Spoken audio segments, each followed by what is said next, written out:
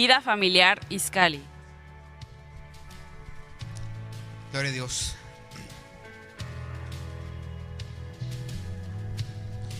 Ok, abran sus Biblias en el en el Evangelio según San Juan, capítulo 20.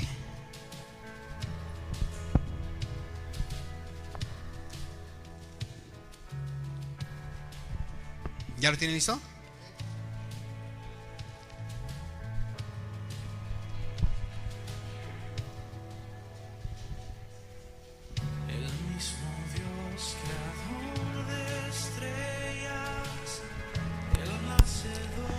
Ok, vamos a orar. Padre nuestro que estás en el cielo, te alabamos, Dios, en esta hora. Te doy gracias por tu palabra. Yo te pido, Señor, que tu Espíritu Santo nos ministre, que pueda entrar, penetrar, que pueda enseñarnos, Señor, nuestra mente, nuestro espíritu, pero más que nada que la podamos llevar a cabo, Señor, en cada momento de nuestra vida. Tu palabra ya es bendita, tu palabra es verdad, que pueda cobrar vida en el corazón de cada uno de nosotros, de tus hijos, en el nombre de Jesús, amén. San Juan capítulo 20 nos habla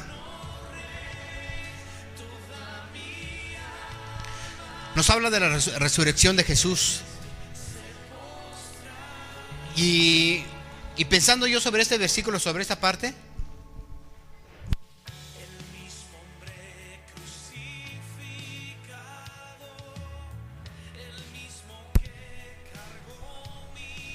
amén. ¿En qué iba? Apenas estaba empezando. Es que me desconcentré. Ok.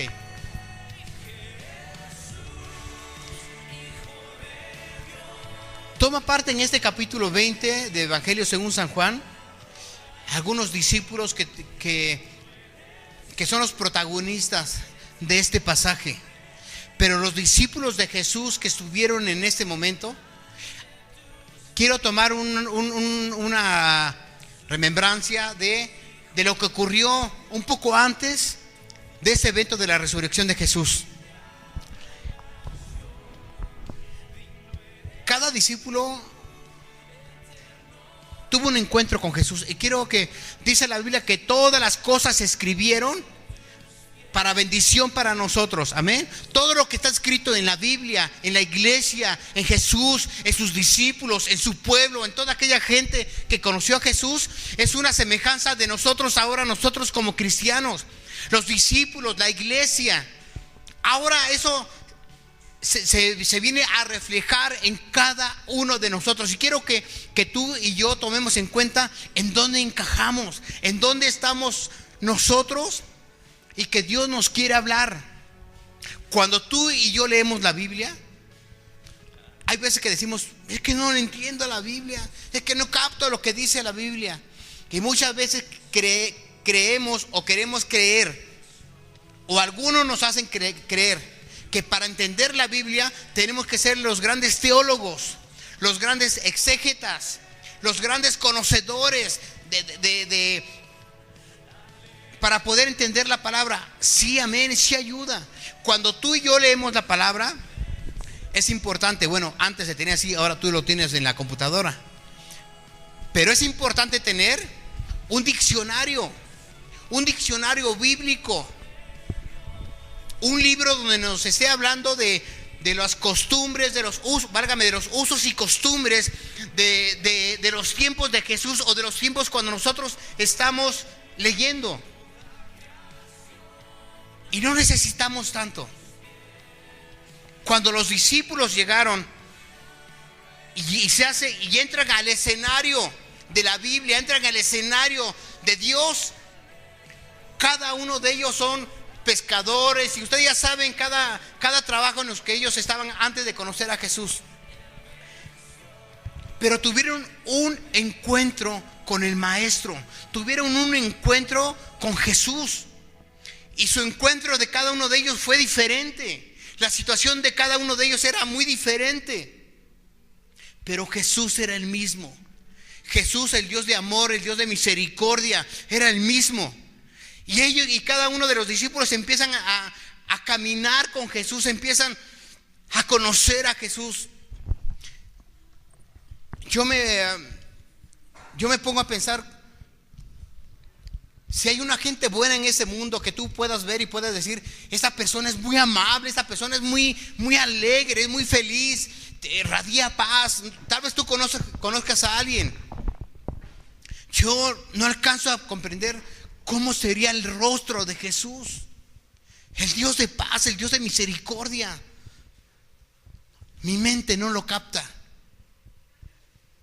Los discípulos estuvieron con Jesús y caminaron con Él y trabajaron con Él y comieron con Él y estuvieron caminando con Él y vieron su rostro y vieron y conocieron a Jesús, un Jesús alegre. A mí me saca de onda cuando veo en los retratos de Jesús que está Jesús así, o cuando Jesús está... Jesús era alegre. Si hay alguien aquí que pueda decir que tiene el gozo del Señor y que siempre está alegre y que siempre está feliz, hermanos, Jesús era más que eso.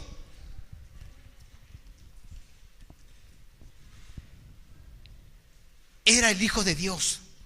Los discípulos entonces conocieron a Jesús y conocieron sus milagros.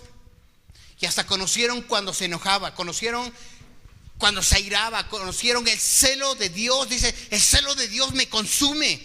Cuando las cosas no se estaban haciendo o se estaban haciendo como los fariseos, dice su palabra, dice, nada hagas por contienda o por vanagloria, antes bien con humildad. Y veían que los fariseos lo hacían todo lo contrario, por quedar bien con la gente, por vanagloria, por altivez. Eso le entraba el celo de Jesús. Y los discípulos conocieron a Jesús en ese aspecto también. Y estuvieron ellos como en una escuela. No sé si alguien de aquí ha estado en un instituto bíblico, en una escuela bíblica, donde lo que te enseñan te enseñan de homilética, te enseñan de hermenéutica, te enseñan de profecía, te enseñan del Apocalipsis. Pero lo que más te enseñan es a conocer a Jesús y a caminar con Él, a obedecerle, a hacer su voluntad. Es lo que más se enseña en las escuelas bíblicas. Y si alguien sale de la escuela bíblica, sale un gran conocedor de la Biblia, pero no tiene en su corazón a Jesús, de nada sirve. Los discípulos estuvieron entonces en su escuela bíblica, estuvieron 3 años en un instituto bíblico, en el mejor instituto bíblico, pero eso no es lo importante. Quiero que abran sus Biblias, no pierdan San Juan 20, Mateo 26, 45. El tema de esa predicación es la paz sea con vosotros. Yo empecé a estudiar algo con respecto a lo de la paz, pero antes de poder entender la paz de Dios, tenía que haber entendido lo que era lo contrario a la paz, para que tú puedas entender lo que es estar o aprender o valorar lo que es la sanidad. Tienes que pasar primero por un tiempo en que estuviste enfermo, en que tú estuviste tal vez desahuciado, en que estuviste tal vez internamente a punto de morir. Y cuando después de eso recibes sanidad o estás sano, hasta entonces vamos a comprender realmente lo que es sanidad. Cuando nunca hemos estado enfermos, nunca vamos a saber esa palabra, ni a valorarla, ni a entenderla, ni a asimilarla en nuestro corazón, porque nunca hemos estado enfermos. ¿Cuántos dicen amén? Cuando nosotros no vamos a saber lo que es realmente paz si nunca hemos estado en guerra, si nunca hemos estado en conflicto, si nunca en nuestra casa hemos estado en conflicto y después tenemos paz. No lo vamos a poder valorar si no pasamos primero por lo contrario. Y antes de yo poder entender y comprender y valorar la paz de Dios, tengo que saber entonces lo contrario. Y les platicaba yo con respecto a los discípulos, todo lo que hicieron y caminaron con Jesús. Jesús ya sabía a lo que venía a esta tierra. Jesús tenía un propósito en esta vida. Sabía su propósito. Si tú y yo no comprendemos el propósito a lo que venimos a esta tierra, estamos, dice la Biblia, que estamos como tamo que arrebata el viento, de acá para allá, de un lado para otro, si no tenemos el motivo a lo que venimos a esta tierra. Jesús sabía muy bien a lo que venía y les enseñó a sus discípulos a amar a Dios. Enseñó a caminar con Dios. Les enseñó que nada en esta tierra es más importante que la presencia de Dios. Les enseñó que iban a haber problemas. Les enseñó que iba a haber situaciones muy difíciles. Pero les enseñó a depender solamente de Dios. Mateo 26:45. Entonces vino a sus discípulos y les dijo: dormid ya y descansad. He aquí ha llegado la hora y el Hijo del Hombre es entregado en manos de pecadores. ¿Ya lo leyeron? Así, nada más. Fíjense bien. Entonces vino a sus discípulos y les dijo: dormid ya y descansad. He aquí ha llegado la hora y el Hijo del Hombre es entregado en manos de pecadores. Amén. No es nada más letra. Cuando yo estaba leyendo este pasaje, lo que me llamó la atención aquí, en lo que yo me quedé, en la frase que yo me quedé y que me dejó realmente impactado, es donde dice: he aquí ha llegado la hora. ¿Ha llegado la hora de qué? ¿A qué se refería cuando Jesús decía ha llegado la hora? Todo lo que Jesús vino a hacer a esta tierra, vino a nacer, creció como cualquiera uno de nosotros y empezó su ministerio y empezó a trabajar y empezó a llamar a discípulos, empezó a proclamar el reino de Dios, empezó a proclamar su reino, empezó a proclamar su amor, empezó a proclamar la salvación. Pero dijo que llegó la hora. Llegó al punto clímax en que Jesús estaba terminando su ministerio, en que Jesús iba a empezar un tiempo de sufrimiento, iba a empezar el calvario de Jesús, iba a empezar algo que sus discípulos no entendían, pero que Jesús dijo: ha llegado la hora. Y era una hora en que la hora de la prueba para Jesús, pero no solamente para Jesús, para sus discípulos. Jesús, cuando estaba orando, unos versículos antes de ahí, no lo lean, no lo vamos a leer ahorita. Dice la Biblia que es cuando Jesús estaba orando y clamando a Dios y llorando y diciéndole: Señor Jesús, Padre Santo, si es posible que pase de mí esta copa. Señor, si es posible que yo tenga que salvar a la humanidad, que tenga que salvar al mundo, que tenga que salvar a Manuel, que tenga que salvar a todos, pero que no tenga que pasar por el sufrimiento y por la cruz. Señor, no se haga mi voluntad, sino sea la tuya. Y dice que Jesús estaba llorando y dice que de su rostro salían como gotas de sangre. Era tanto el sufrimiento y era tanto el dolor de Jesús. Y le dijo a sus discípulos que le acompañaran a orar. No lo pudieron hacer. Y llegó la hora en que Jesús tenía que pasar su calvario. Tenía que pasar su tiempo de sufrimiento. Pero no solamente él. Los discípulos se iban a poner a prueba el amor que decían sus discípulos tenerle a Jesús. Amén. La fe que decían sus discípulos tenerle a Jesús. Cuando Jesús empezó y dijo: la hora ha llegado, era el tiempo también de prueba para los discípulos. Y en ese momento algunos discípulos desaparecieron, algunos corrieron, se escondieron. Dice la Biblia para que se cumpla la escritura, dice: mataré al pastor y las ovejas serán esparcidas, para que la escritura se cumpliese. Y sí, los discípulos se esparcieron, se perdieron y cada quien se fue a lo suyo. Cada quien huyó del peligro que estaba pasando realmente Jesús. Y Jesús tuvo que seguir su calvario prácticamente solo. Nuestra vida, hermano, hermana, cuando tú y yo conocemos a Jesús, cuando tenemos realmente un encuentro con Jesús, nuestra vida cambia. Nuestra vida cambia rotundamente. Tu mente ya no es la mía, tu corazón ya no es la misma. En tu vida, en tu mente, en tu corazón, en tus entrañas, en tus huesos está Jesús, está su vida, está su amor y está su gracia. Ese rato estábamos cantando: Señor, no sé por qué tú me salvaste. Y yo en ese momento, no sé, me empecé a acordar. Chamaquito de 10, 12 años, 14 años.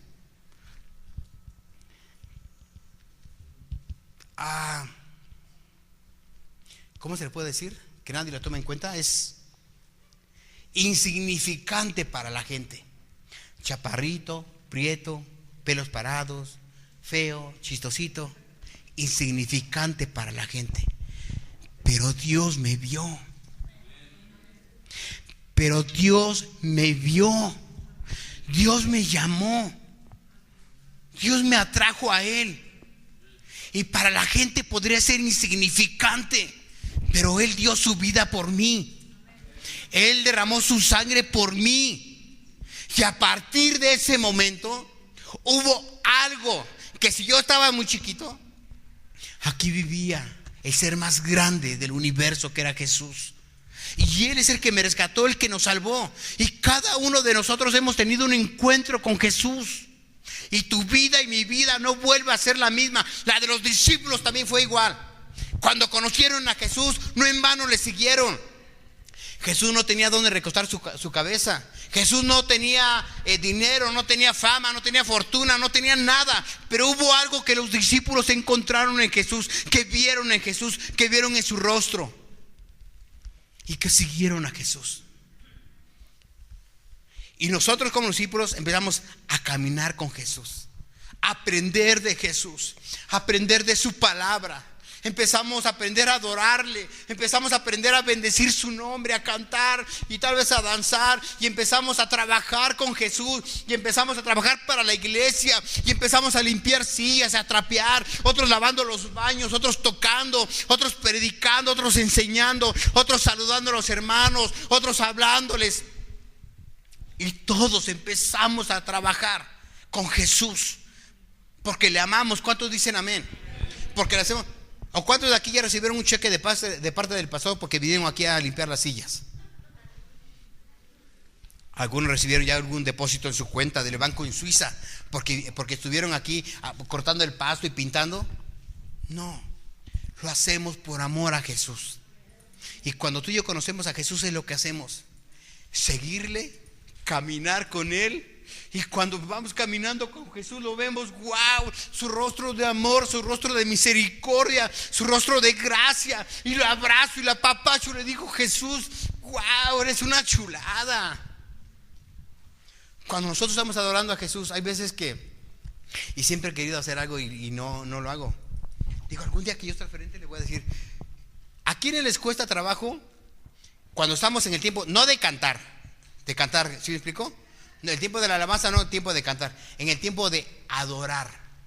Y adorar a Jesús es decirle lo que salga en tu corazón, en tu vida. ¿A cuánto les cuesta trabajo? No, pues a mí, porque la verdad que no sé ni qué decirle. Una, lee la Biblia. Lee la Biblia.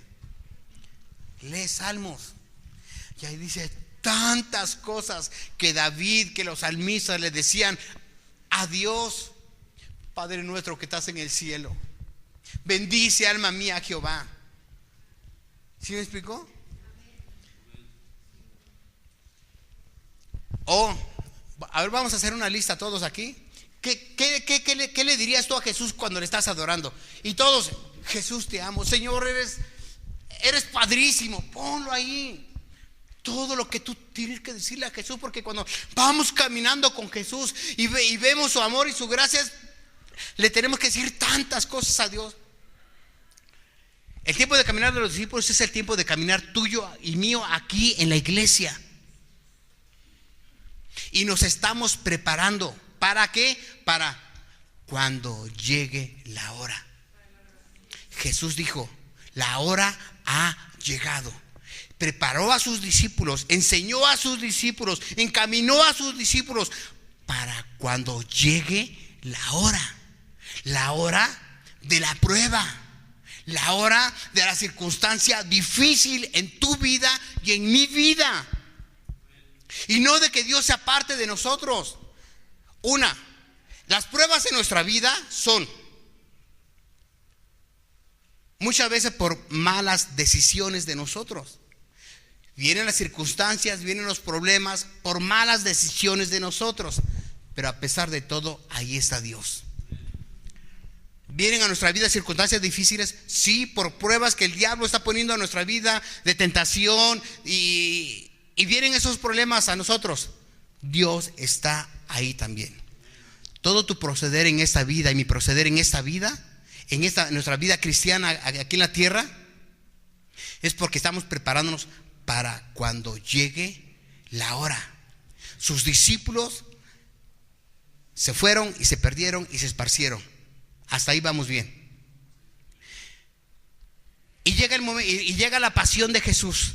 Y en el tiempo de la pasión de Jesús, hermanos, cuando lo están azotando, cuando lo lleva cargando su cruz, cuando Jesús ha sido crucificado, hay algo que sus discípulos no ven. Con los ojos naturales no se ven. El hombre natural no percibe las cosas porque las cosas son espirituales. Hermanos, cuando Jesús está siendo crucificado, está habiendo una lucha espiritual en ese momento. Hay una lucha demoníaca. Hay una lucha ahí en que los ángeles de Dios, en que el Espíritu de Dios está luchando contra las obras del diablo en ese momento. El diablo quiere matar a Jesús. El diablo quiere matarlo y sabe que si mata a Jesús, todo se acaba. Si elimina a Jesús, todo se acaba. No hay razón, no hay vida, no hay salvación para nadie. Y empieza a haber una batalla que tú y yo no vemos. Cuando llega el momento de la prueba a tu vida y a mi vida, tú no lo ves, pero hay una lucha espiritual donde Dios está peleando por ti y por mí. Jesús, en el momento que murió, estaba peleando una lucha espiritual por tu salvación y por mi salvación. Y cuando es el momento de la prueba que nosotros no vemos, tú y yo estamos aquí en esta tierra abajo con problemas con tus hijos, con mis hijos, o con tus papás, problema en el trabajo, problema en la iglesia, problema con mi propia persona. Hubo alguien que me hizo daño, hubo alguien que lastimó mi persona, que lastimó mi corazón, que lastimó mi vida, que me hizo mucho daño. Y tú y yo lo estamos viendo y estamos pasando aquí. Pero tú no sabes que en el otro ámbito hay una guerra espiritual por ti y por mí. Cuando tú y yo nos postramos a orar y clamamos la ayuda a Dios, o cuando estamos en el trabajo y clamamos misericordia y ayuda a Dios, estás provocando una lucha espiritual. ¿Cuántos dicen amén? Y tú y yo estamos aquí presionados, sufriendo y llorando y clamando, y allá arriba hay una lucha también. La hora ha llegado. Nuestra prueba aquí en la tierra, y hay una lucha espiritual también que tú no lo ves, ni yo lo veo.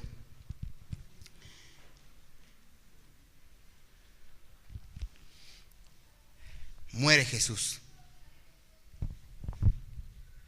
Se acaba todo. El diablo, feliz, contento, ganó. Él salió con la victoria. Consumado es. Ahí se acabó todo. Por eso pero Pablo dice que si Jesús no resucitó, somos los más dignos de conmiseración. Si Jesús no resucitó, entonces vana es nuestra predicación, vana es nuestra fe, vana es nuestro amor hacia Dios.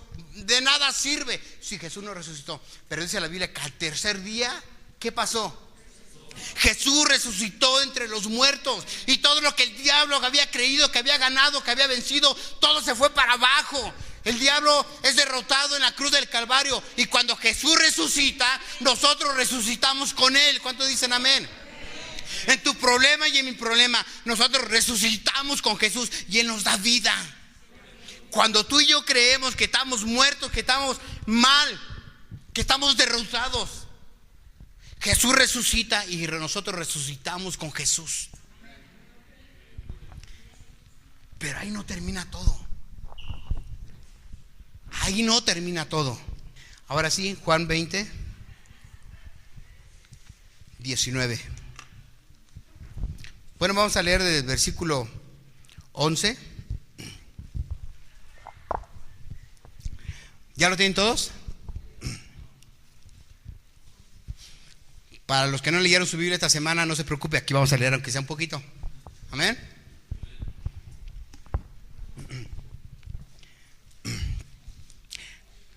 (20:11) Pero María estaba fuera llorando junto al sepulcro, y mientras lloraba se inclinó para mirar dentro del sepulcro, y vio a dos ángeles con vestiduras blancas que estaban sentados, el uno a la cabecera y el otro a los pies, donde el cuerpo de Jesús había sido puesto. Y le dijeron: mujer, ¿por qué lloras? Le dijo: porque se han llevado a mi Señor y no sé dónde le han puesto. Cuando había dicho esto, se volvió y vio a Jesús que estaba allí, mas no sabía que era Jesús. Jesús le dijo: ay, fíjese aquí, no, es una chulada esto. Dice: cuando había dicho esto, se volvió y vio a Jesús que estaba allí, mas no sabía que era Jesús. Jesús le dijo: ¿cómo? Mujer, ¿por qué lloras? ¿A quién buscas?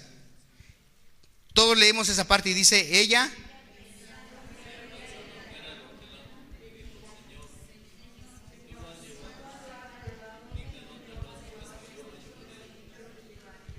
Dice el versículo 15, el 16. Jesús le dijo: María. Volviéndose ella le dijo: Raboni, que quiere decir maestro. ¿Sabes que Dios te conoce por tu nombre? ¿Sabes que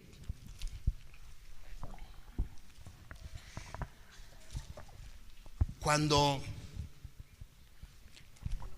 a Rubí le podrán decir todo el mundo: Rubí, todo el mundo le podrá decir Rubí?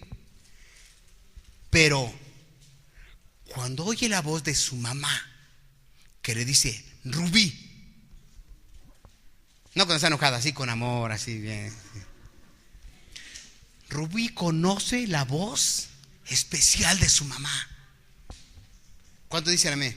Dice la Biblia que la oveja oye la voz de su pastor y lo siguen. María, cuando Jesús le dice María, sabía que era Jesús. Cuando tú y yo estamos tan allegados a Jesús, cuando estamos tan impregnados de Jesús, cuando Jesús está en nuestra vida y en nuestros huesos y en nuestra mirada y en nuestro caminar, vemos a un niño chiquito que va caminando y tú ves al papá que va caminando a la par con el hijo, igualitos están caminando. Porque el hijo se hace como el papá y camina como él y habla como él y se expresa como él y sonríe como él. Está tan impregnado en nuestra vida. Pero cuando un hijo vive separado del padre, nada que ver.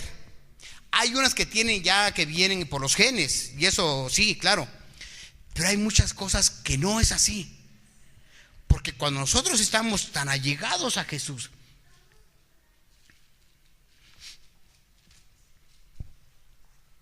hay una ilustración. Ven, hijo.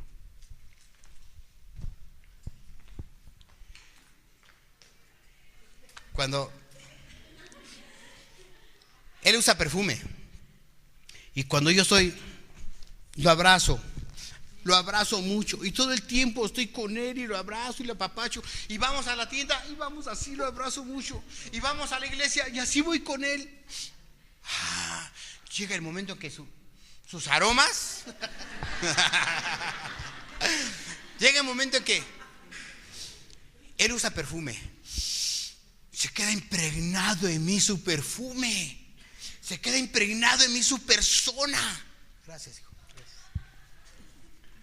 Cuando tú y yo abrazamos a Jesús, queda impregnado su aroma en tu vida y en mi vida. De tal forma que, como le decían a Pedro, Pedro, tú eres de los discípulos de Jesús. No, de veras que no. Pero si hueles a Él, pero si hueles a Jesús, ay, a tu mirada, tu caminar, tu proceder, tu sonrisa, tu alegría, tu gozo, lo tienes como Jesús. Y la gente que conoce a Jesús, y aún la gente que no conoce a Jesús, saben que tú tienes algo muy especial. Y es cuando vives apegado con Jesús. Está impregnado Jesús. ¿Ustedes creen que los discípulos tenían impregnado a Jesús?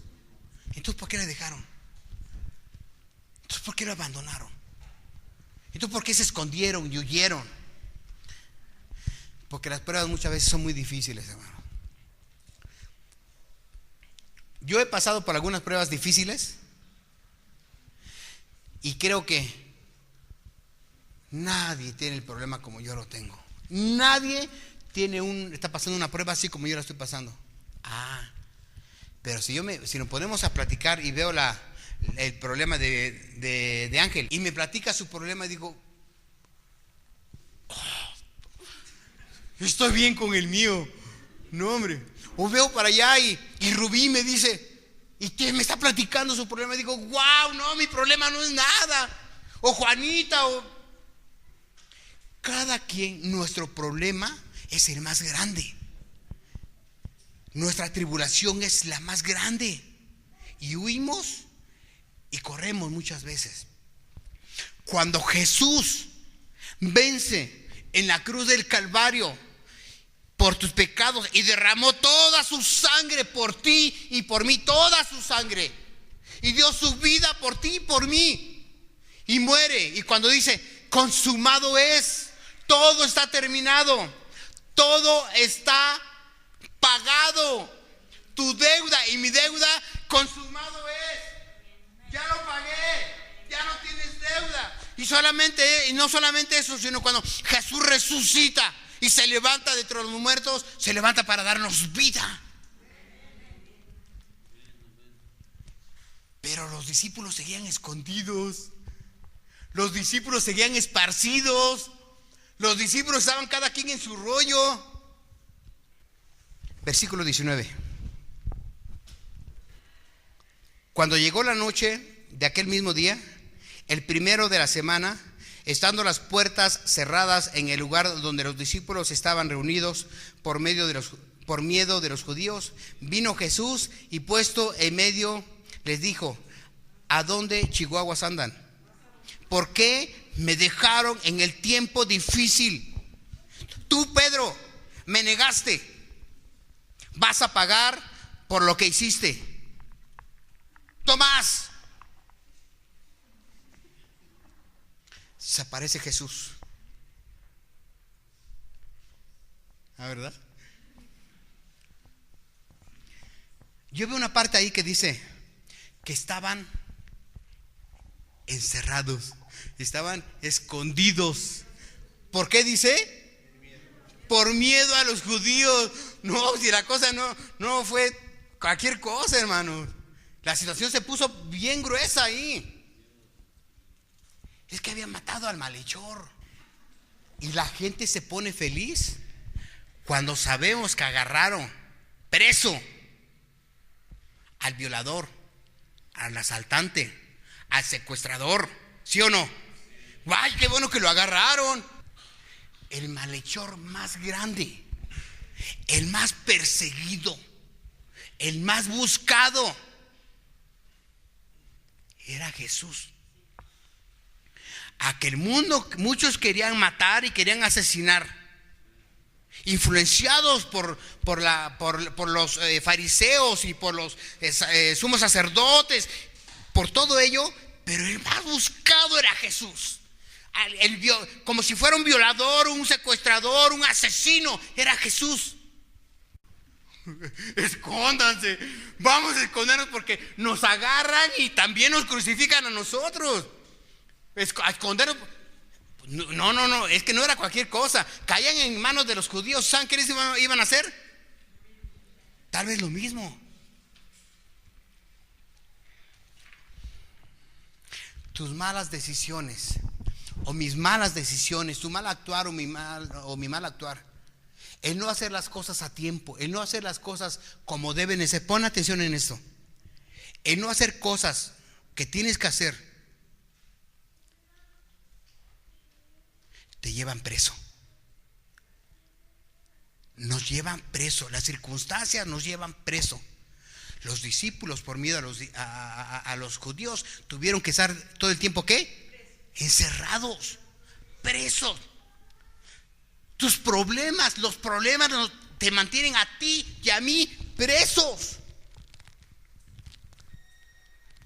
Cuando nosotros nos alejamos de Jesús, perdemos a Jesús, nos olvidamos de su presencia, de su aroma, nos olvidamos de Él y echamos en poco, en saco roto, su amor. Cuando nosotros estamos adorando y bendiciendo y clamando a Dios, íbamos alegres a la iglesia y nos congregábamos y ayunábamos y dábamos mi ofrenda y mi diezmo, llamaba yo a Jesús. Tomé una decisión y dije, ya no. O por malas decisiones me aparto de Jesús. El apartarte de Jesús, aparentemente hicimos una buena decisión, pero tú no te das cuenta, pero tiendes a ser preso y esclavo de temores, de miedos, de culpabilidad, de rencores, de odio. Y un judío no te va a venir, o sea, otra persona no te va a venir a libertar. Nada te puede libertar de eso. Y somos presos de ese engaño. Cuando nosotros somos libres en Jesús, somos engañados y somos presos. ¿De qué estamos presos? ¿Qué es lo que te ha hecho prisionero o prisionera en nuestra vida? No solamente espiritual, en tu vida familiar, en tu vida conyugal, en tu vida como familia, como padre, como hijo, como hermano, como hermana. ¿Qué es lo que te ha hecho preso? Les decía que hay veces que es por nuestras malas decisiones, pero hay veces que somos víctimas. ¿Quién te hizo daño? ¿Quién lastimó tu corazón? ¿Quién te quitó tu paz? Dime, ¿quién te quitó tu gozo? Dime, ¿quién fue quien te quitó el gozo del Señor, el gozo de la presencia de Dios? Y te hizo esclavo o esclava. Y nos tiene ahí encerrados, prisioneros, sin poder salir, sin poder ver la luz del día. Hubo alguien que te hizo daño. No fue Jesús. Llegó la hora de la prueba, en que tú y yo fuimos probados, sí, y nos hicieron daño. Déjame decirte que aquella persona que hizo daño va a pagar. Amén. Va a pagar. Pero tú eres que estás para ser libre en Jesús. Cuando Jesús vino y se presentó a sus discípulos que estaban escondidos, Jesús nunca reprocha. Cuando venimos a Jesús, cuando Él viene a nosotros, quiero que sepa que Jesús nunca le reprochó a sus discípulos, nunca les echó en cara, nunca los regañó, nunca les llamó la atención. dígame una cosa, cuando Jesús viene a tu vida y a mi vida a rescatarnos nuevamente de esa esclavitud, de ese encierro, hay algo que Dios dice primero. ¿Qué fue lo que les dijo Jesús? ¿Tienen algo de comer? ¿Le dijo eso? Eso fue después. Le dijo, paz a vosotros. Paz a vosotros. Shalom aleichem. Shalom aleichem. Shalom aleichem. La paz sea con vosotros. La paz que da el mundo, o el significado para el mundo de la paz, es ausencia de guerra, ausencia de conflictos. Esa es la paz que da el mundo. La paz que da Dios va más allá de eso. Cuando Jesús estaba en la barca y estaban sus discípulos, y dice que en la Biblia que vino una gran tormenta, una tormenta y lluvia, y dice que la barca casi se hundía, y se movía y se hundía, y los discípulos estaban en una situación muy difícil, y Jesús se postra a clamar a Dios. Amén. ¿Qué estaba haciendo Jesús? Quiero que sepas y quiero que te imagines que tu vida y mi vida depende de Jesús. Estaba el mar embravecido, lluvia, tormenta, rayos, y la barca estaba por inundarse, por voltearse. Maestro, ¿qué no ves que perecemos? Maestro, no, ponte a hacer algo. La paz de Dios es que a pesar que en tu alrededor haya turbulencia, haya vientos, haya problemas, haya circunstancias, tu corazón nadie lo toca. Tu corazón está protegido y está lleno de Dios. Tu corazón fue lastimado, tu corazón fue dolido. La paz sea contigo. Antes de Dios reclamarte, antes de Dios exigirte, antes de Dios pedirte cuentas, antes de Dios decirte por qué Chihuahua te fuiste. Es que, como la ovejita, es que vengo coja, es que vengo, la ovejita, es que vengo mal, vengo dañado, vengo lastimado. Como el hijo pródigo, es que me quedé sin dinero, sin trabajo, me quedé sin nada. Tuve que comer de la comida de los marranos. Paz. Lo primero que Dios hace es abrazarte, amarte, bendecirte y decirte: en mí hay paz, hijo. Recibe la paz de Dios. Tu corazón podrá estar de lo peor. No te preocupes, Jesús resucitó. No te preocupes, Jesús resucitó. Y no importa quién te haya hecho daño, y tu corazón y mi corazón podrá estar adolorido, entristecido, moreteado, rasgado. Aquel que creó todas las cosas, aquel que hizo el cielo y la tierra, aquel que te creó desde un principio, que hizo tu corazón, está para renovarlo, para hacerlo nuevo, para sanarte, para curarte y para darte paz. Uno de los frutos del Espíritu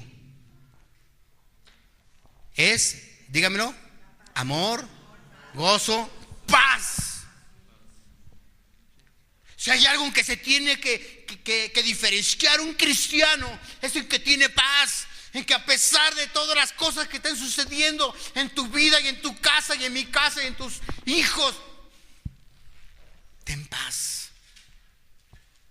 Recibe la paz. no como el mundo la da, yo os la doy, dice Jesús.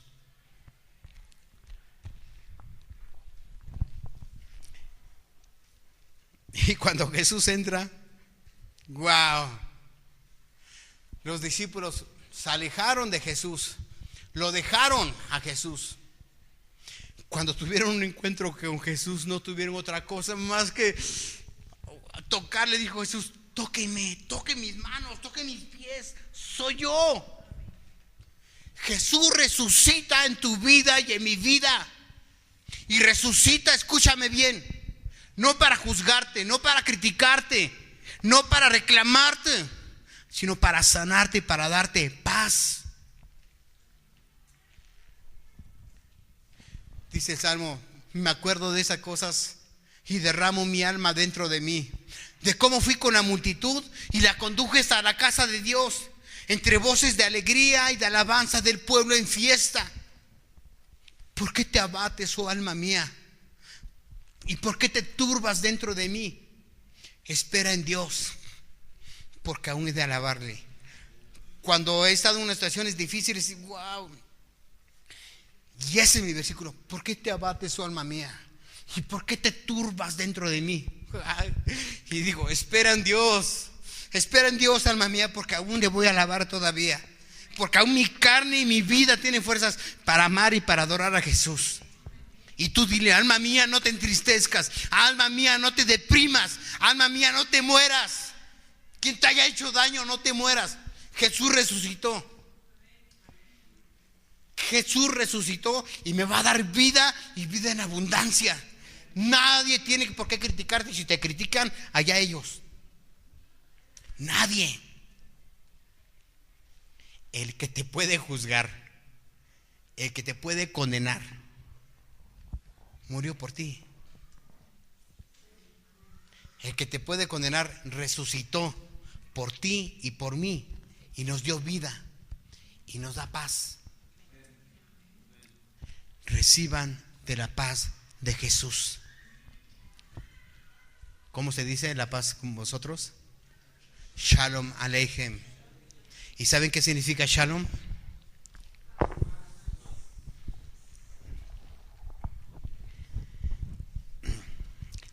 La palabra Shalom es una palabra completa. La palabra Shalom se usa muchas veces en el Antiguo Testamento para varias cosas. Por ejemplo, cuando Jacob va a conocer a Labán y le dice: ¿cómo está tu padre? ¿Está bien? Shalom. ¿Está bien? Sí está bien. Shalom. En varias partes de la Biblia se usa la palabra Shalom. La palabra Shalom es una palabra completa, es decir, cuando uno tiene salud, provisión, y estamos libres de cualquier temor, sentimos paz. Y es que la raíz de esa palabra de Shalom, su raíz es Shalam, que significa estar completo, restituir, pagar. Cuando Dios viene y te dice Shalom, estás restituido, estás completo, todo ha sido pagado, tu deuda ha sido pagada. Tu error que cometiste, que te fuiste, que hiciste, que me dejaste, yo me olvido de eso. No tienes culpa, no hay maldad. Estás libre de eso, estás completo. Todo ha sido pagado. Dale un fuerte aplauso a Jesús. Shalom Aleichem. Recibe la paz de Dios en tu vida y en tu corazón. No importa lo que hayas hecho. No importa a dónde te fuiste, qué hiciste, con todo respeto, no me interesa. Eres tú con Dios. Y si hay alguien misericordioso, es Jesús. Si hay alguien amoroso, es Jesús. Si hay alguien que, como ahorita con Raúl, wow, quiero mucho a Raúl. Y es un placer abrazar a Raúl. Está pachoncito. Y es como mi osito de peluche. Entonces, es un placer abrazar a Raúl. Se siente rico abrazar a Raúl.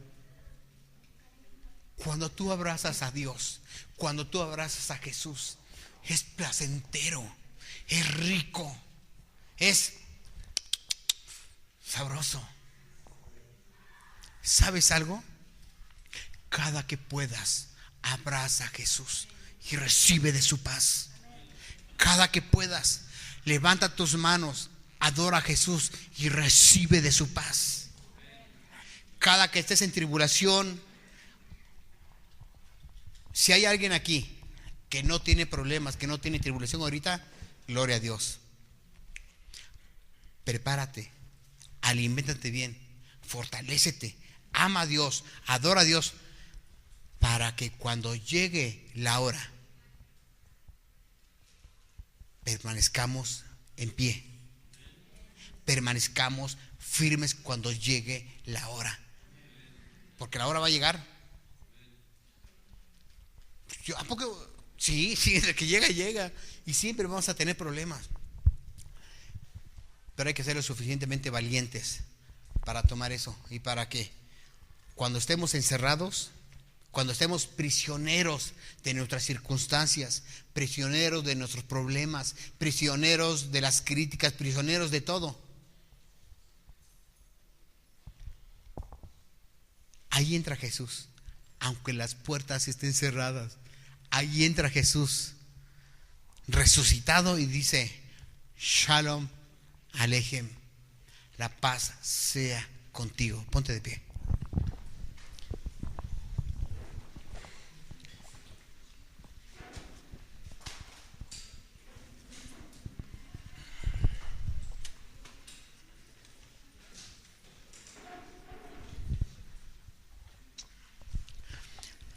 Si para ti ahorita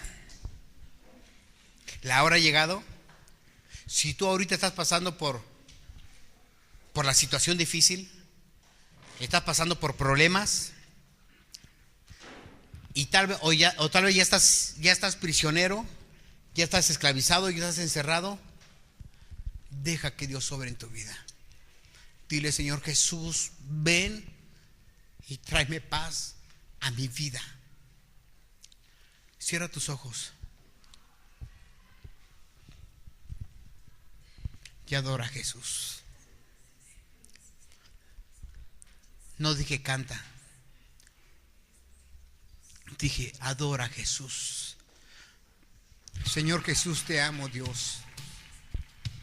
Señor Jesús, gracias, Dios, porque moriste en la cruz por mí. Gracias porque me tomaste en cuenta, aunque sea yo insignificante para muchos.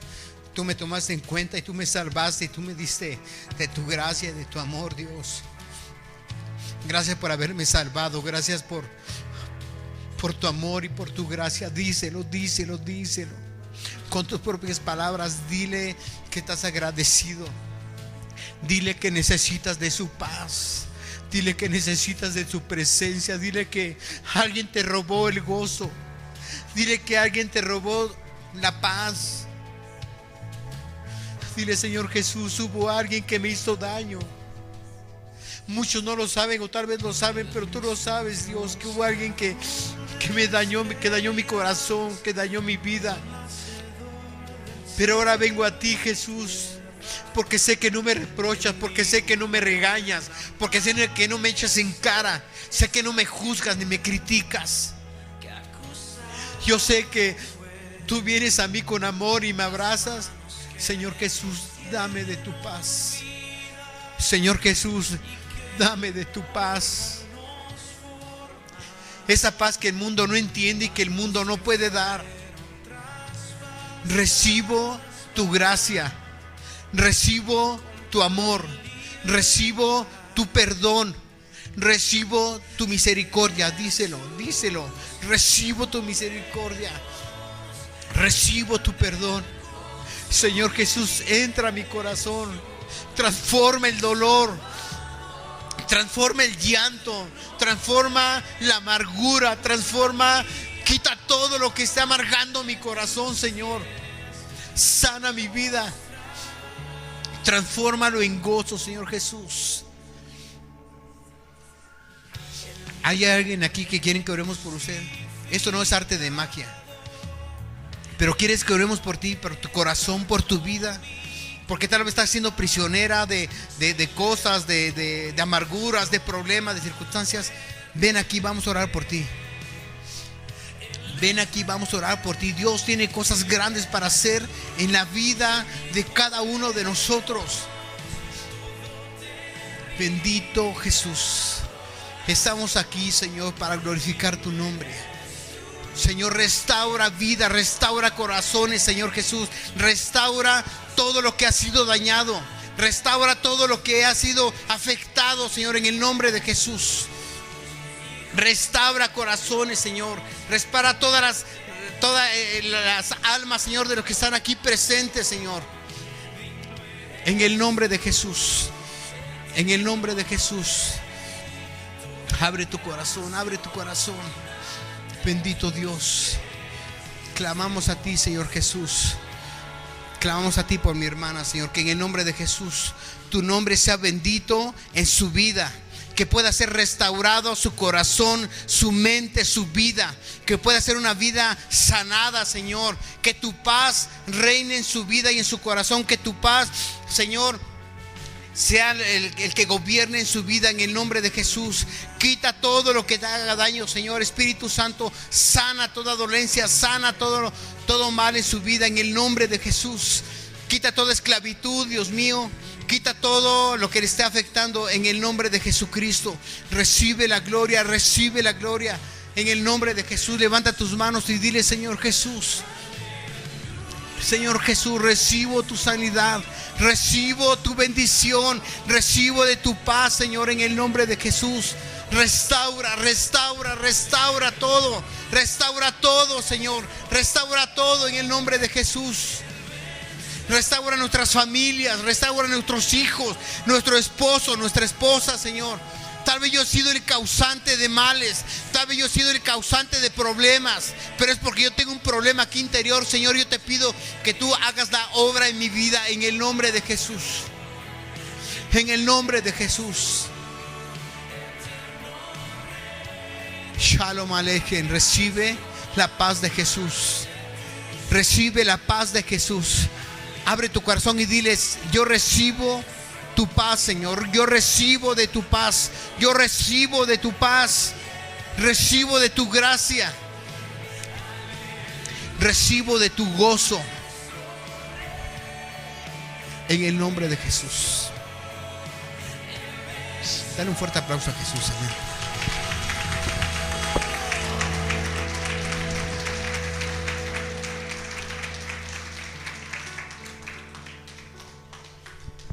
Bendito Dios. Te adoro, Jesús. Mi vida te pertenece. Mi corazón te pertenece. Mis hijos, mi esposa te pertenecen, oh Dios. Gracias por todo. Gracias por el tiempo que nos permites estar en este lugar. Gracias por compartir con mi hermano, con mi hermana, el privilegio de adorarte. El privilegio de poder bendecir tu nombre, Señor. Gracias, Señor. Permite que vayamos en paz, que vayamos con tu bendición y que podamos ser luz donde quiera que estemos, Señor. En el nombre del Padre, del Hijo y del Espíritu Santo, el pueblo dice: amén. Den un fuerte aplauso a Jesús.